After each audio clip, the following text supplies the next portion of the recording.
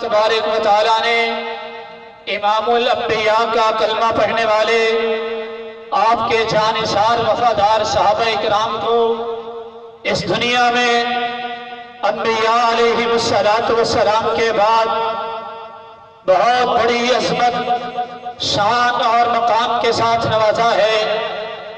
حضرات، کون ہیں صحابہ اکرام رضی اللہ تعالی عنہم اجمعین، جن کے بارے میں اللہ تبارک و تعالیٰ نے بے شمار جگہوں پر قرآن مجید میں اعلان کیا، فرمایا اولئک هم المؤمنون حقا، اور کہیں فرمایا اولئک هم المفلحون، اولئک هم الفائزون، اولئک هم الراشدون۔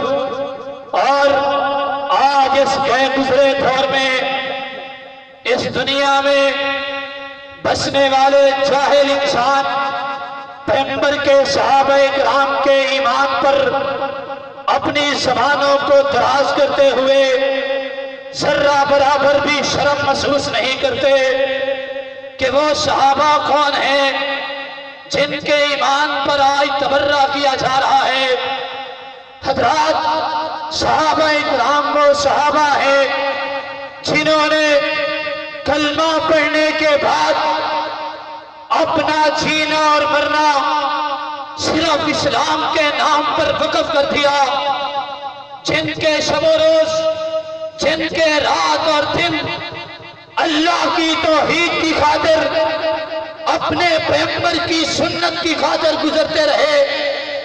اگر اس راستے میں جناب ابو بکر کو اپنی اولادوں کی قربانی دینی پڑے تو میرے صدیق کی معصوم بیٹی ابو جال کے ہاتھوں اپنے چہرے پر تھپڑ تو کھاتی ہے، لیکن پیغمبر سے بے وفائی نہیں ہو سکتی۔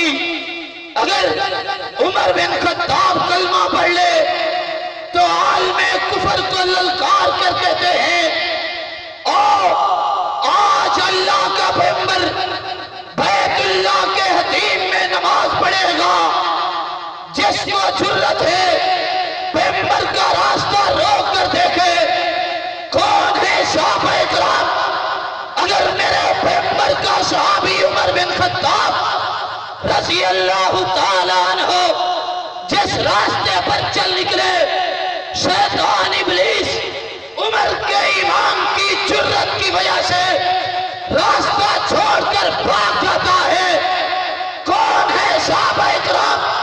اگر اسلام کو مال و دولت کی ضرورت پڑے، صدیق گھر کا سامان اٹھا کر پیغمبر کے قدموں میں پھیر کر دے۔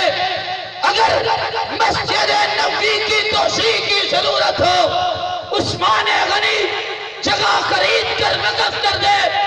اگر مدینہ میں پیغمبر کے آل و بیت علی المرتضیٰ کے گھرانے کو پیاس لگے، عثمان غنی بیر روما کو خرید کر وقف کر دے۔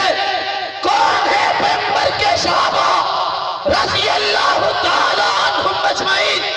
اگر خیبر کا میدان ہو، 20 راتوں کے گزرنے کے بعد خیبر فتح نہ ہو رہا ہو، میرے پیغمبر علی المرتضیٰ کے ہاتھ میں اسلام کا پرچم تھما دے، شیر خدا حیدر قرار علی المرتضیٰ فاتح خیبر اسلام کی تلوار کو اٹھا کر جب استقامت کے ساتھ خیبر کے قلعے میں قدم رکھتا ہے تو اللہ تبارک و تعالیٰ فتح سے نواز دیتے ہیں۔ کون ہے صحابہ اکرام رضی اللہ تعالیٰ عنہم اجمعین؟ میرے پیغمبر کا صحابی حضرت خبیب سولی کے پھندے پر لٹکا ہوا ماں کی ممتا دیکھ کر کہتی ہے، اے کافروں کے سردار ابو جہل و ابو سفیان، سن لو، تم نے میرے بیٹے کو سولی کے پھندے پر لٹکایا ہے، لیکن میرا ایمان یہ ہے کہ میرا بیٹا اسلام کا اتنا بڑا خطیب ہے جس کا ابھی ممبر سے اترنے کا وقت ہی نہیں آیا۔ حضرات، کون ہے صحابہ اکرام؟ یہ وہ صحابہ اکرام ہے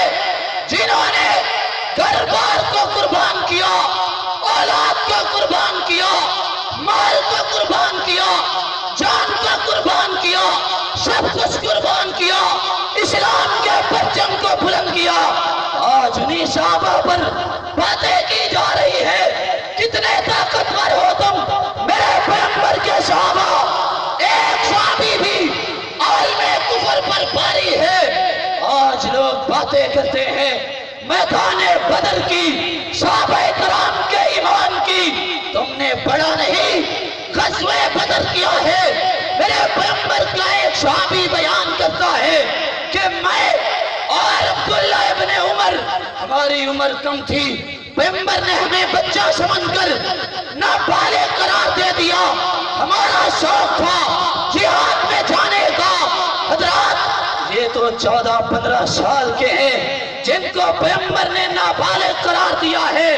تمہیں میں بتلاؤں میدان بدر وہ تھا کہ معصوم 2 بچے حضرت معاذ اور موقس رضی اللہ تعالیٰ عنہما کافروں کے سردار ابو جہل پر حملہ کر کے زمین پر گرا دیتے ہیں۔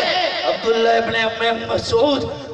ابن مسعود رضی اللہ تعالیٰ عنہ گزرتے ہیں، ابو جہل کہتا ہے آئے عبداللہ، آج تو نے کافروں کے سردار کی گردن پر قدم رکھا ہے، آج مجھے یہ احساس ہے کہ میں اتنا بڑا بہادر تھا، مجھے معصوم بچوں نے قتل کیا ہے۔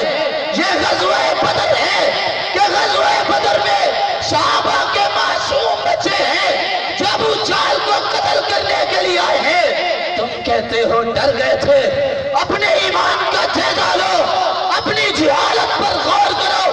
غزوہ بدر وہ تھا کہ صحابہ کرام کے پاس اسلحہ بھی نہیں تھا، تلواریں بھی نہیں تھی، تیر بھی نہیں تھے، صرف 2 گھوڑے تھے، 2 گھوڑے میدان بدر میں، اور 70 یا 80 اونٹ تھے، 313 صحابہ تھے۔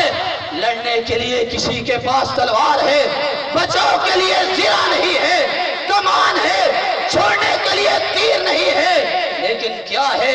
کھجور کی چھڑیاں ہاتھ میں ہے۔ اللہ نے فرمایا کہ سن لو، میں نے تمہاری مدد بثلاثۃ آلاف من الملائکہ، بخمسۃ آلاف من الملائکہ۔ میدان بدر تو وہ تھا جب صحابہ کھجور کی چھڑیاں لے کر کافروں کی طرف بڑھتے تھے، آسمانوں سے آئے ہوئے فرشتے کافروں کی گردنوں کو اڑا دیتے تھے۔ ایک صحابی بیان کرتے ہیں، فرمایا میں ایک کافر کے پیچھے دوڑ رہا تھا، میں نے اچانک کیا دیکھا ہے، میں تو اس کی گردن تک نہیں پہنچا، لیکن اس کی گردن کٹ کے الگ پڑی ہے، جسم الگ پڑا ہے۔ حضرات یہ میدان بدر تھا جب صحابہ کرام تھے، اور کون ہے صحابہ کرام؟ اٹھائیے صحیح البخاری کو، پیغمبر کے صحابہ کی عظمت کے باب کو، سب سے پہلی حدیث آپ کو سنانا چاہتا ہوں جو امام بخاری نے صحابہ کی عظمت میں بیان کی ہے۔ فرمایا ایک وقت آئے گا مسلمان جہاد کریں گے اور ان سے پوچھا جائے گا کیا تمہارے اندر پیغمبر کا کوئی صحابی موجود ہے؟ تو بتلایا جائے گا ہاں پیغمبر کا صحابی موجود ہے۔ تو اللہ پیغمبر کے صحابی کی برکت کی وجہ سے مسلمانوں کو فتح دے گا، اور پھر وقت آئے گا مسلمان پھر جہاد کریں گے، پوچھا جائے گا تمہارے اندر کوئی ایسا شخص ہے جس نے پیغمبر کے صحابہ کی صحبت کو اختیار کیا ہو؟ بتلایا جائے گا ہاں ایسے لوگ ہیں، صحابہ تو نہیں، صحابہ کی صحبت کو اختیار کرنے والے تابعین موجود ہیں۔ ان تابعین کی وجہ سے اسلام کو فتح مل جائے گی، مسلمان فتح یاب ہو جائیں گے۔ پھر وقت آئے گا جہاد اور لڑائی کا، لوگ پوچھیں گے کیا تمہارے اندر ایسے لوگ ہیں جنہوں نے ان لوگوں کی صحبت اختیار کی ہو، جنہوں نے پیغمبر کے صحابہ کی صحبت اختیار کی ہے؟ تبا تابعین کا دور ہوگا، مسلمانوں کو فتح ملے گی۔ حضرات صحابہ وہ ہیں جن کے وجود سے، جن کے شاگردوں کے وجود سے، پھر آگے ان کے شاگردوں کے وجود سے ایمان کی اتنی جرأت ہے کہ اللہ کفر کو شکست دیتا ہے، اسلام کو فتح دیتا ہے۔ تم کون ہو میدان بدر میں قسم ہے یہی صحابہ تھے جنہوں نے ایران و عراق، فارس و روم، مصر، فلسطین، شام، دنیا کے کونے کونے تک اسلام کا پرچم لہرایا ہے، کافروں کی گردنوں کو اڑایا ہے، اسلام کو زندہ کیا ہے، اسلام کو طاقت دی ہے۔ سن لو، اگر آج تم صحابہ اکرام پر بات کرو گے تو آج صحابہ اکرام کے خادم موجود ہیں، ثناء اللہ عمر شریف کے بیٹے موجود ہیں، امام ابن تیمیہ کے فرزند موجود ہیں، امام ابن قیم کو ماننے والے موجود ہیں۔ اور سن لو، جیل حدیث یوتھ فورس کے شہید علامہ احسان الہی ظہیر کی یوتھ فورس ہے، جس نے دنیا کو بہادری، جرت، استقامت کا سبق دیا ہے۔ ہم ٹکرا کے پاس کر دیں گے، جو صحابہ اکرام کے بارے میں بات کرے گا ہم نکلیں گے علامہ احسان بن کر، حبیب الرحمان بن کر، ثناء اللہ عمر شریف بن کر، اور پیغمبر کے صحابہ کے غلام بن کر جانوں کو لٹا دیں گے، خونوں کو بہا دیں گے، اولادوں کو قربان کر دیں گے، جائیدادیں لٹا دیں گے، دنیا لٹا دیں گے۔ پیغمبر کے صحابہ کی عظمت باقی رہے گی، شان باقی رہے گا، مقام باقی رہے گا۔ وآخر دعوانا